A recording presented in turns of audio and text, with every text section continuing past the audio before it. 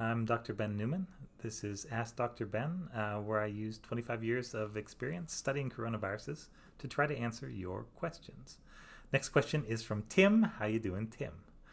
Let's see. We are older than 65. You don't have to tell me how old. That's fine. And recently got our second Pfizer shot. Congratulations. This is good news. Except for a slightly sore arm the next day, there were no noticeable side effects. Is the lack of response significant? The answer would be no. So, in order to get a good immune response, we think you really need to hit a bunch of what are called dendritic cells. They are neat little cells that have sort of two modes. They can pick up things that are next to them and they can show them to the immune system, or they can take anything that they happen to be making at the moment and chop it into little bits and show it to the immune system. So they can show you antigens from within or from without, yeah, which is really cool, sort of dual presentation. And so those are the cells that are going to do you the most good. And those are, as far as I am aware, generally not going to be the cells that are associated with side effects. So with side effects, you're probably talking about some of the more numerous cells in the immune system.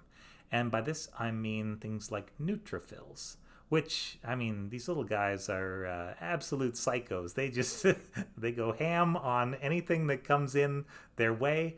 They love you. They would die for you. They are, yeah, wonderful to have, but not terribly well coordinated and very destructive when they are basically off a leash. Yeah, so you just want to watch them, and there are tons of them. These are the most common white blood cell in the bloodstream.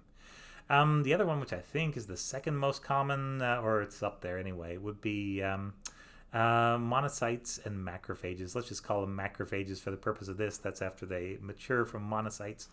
Those are the ones that are associated with the actual disease COVID-19. So the disease, the bad stuff that you feel, is mostly not things that the virus is doing. It's things that the virus does that provoke the macrophages to just go out and kind of lash out and make the wrong response. Macrophages are awesome. They can consume things. They have all kinds of little chemicals and proteins that they can throw at things so they can kill cells. They can eat viruses whole or just, like mess with a cell that's making viruses. They are multi-talented, but here again, they are really devastating if they are not being well regulated. And that's kind of what happens in the disease. You get these kind of unregulated macrophages that are just basically not, there's no command structure over the top of them telling them, keeping them in line and keeping them under control. So it's just like dogs running around your neighborhood at will, doing stuff, yeah, digging stuff, tearing into stuff. Yeah. And so I suspect, and again, I haven't seen a good paper that addresses this, but I would suspect that it's going to be more these cells, these macrophages, possibly neutrophils, maybe mast cells would be a possible one. All the things that you would find associated with, for example, allergy and with really bad immunological reactions. Those are the ones that probably cause the side effects. And so if you've just got a nice little tiny bump, and then there's still a really good chance that your dendritic cells have done their job. They just do it quietly. They don't make quite as much of a mess or quite as much of a fuss, at least as far as I understand it. This is a question where I would say a real immunologist could probably give you a much more detailed answer and could probably get closer to answering some of the things where I am a little bit fuzzy. But I don't think there's any reason to worry.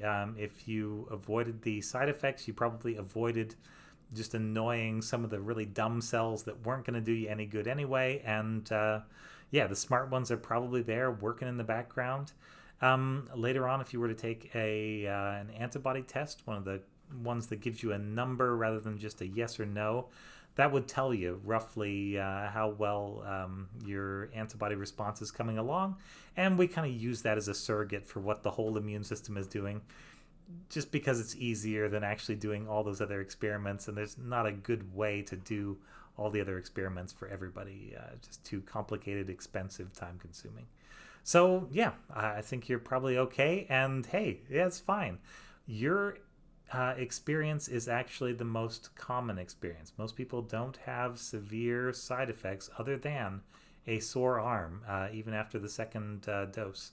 So, yeah, you're right there in the majority, and this virus works not just for the majority, but in that Israeli study, I think it works for 94% of people, something like that, which is really, really good.